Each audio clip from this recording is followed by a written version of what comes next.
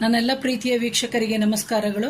ಎಷ್ಟೋ ಜನಕ್ಕೆ ಹಣ ಲಾಭ ಅಂದರೆ ಧನ ಲಾಭ ಆಗ್ತಾ ಇರುತ್ತೆ. ಆ ಬಂದಿರುವಂತಹ ಹಣ ಹೇಗೆ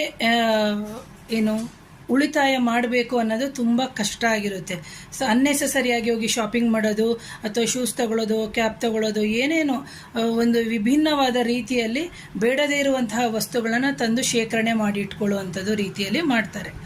ಹಾಗೇನೇ ಅನಾವಶ್ಯಕವಾಗಿ ಆಸ್ಪತ್ರೆಗೆ ಸಮೇತ ಖರ್ಚಾಗ್ತಾ ಇರ್ತದೆ. ಅಂತಹ ಸಂದರ್ಭದಲ್ಲಿ ನಾವು ಮಾಡುವಂತಹ ಸಣ್ಣದಾಗಿರುವಂತಹ ಸರಳ ಪರಿಹಾರ ಏನು ಅಂತಂದರೆ, ಒಂದು ಸಣ್ಣ ಕುಬೇರನ ಒಂದು ವಿಗ್ರಹವನ್ನು ತಗೊಂಡು ಬಂದು ನೀವು ನಿಮ್ಮ ಮನೆಯ ಪಶ್ಚಿಮ ದಿಕ್ಕಿನಲ್ಲಿ ಇಡುವಂಥದ್ದು ಮೊದಲನೇ ಕ್ರಮ.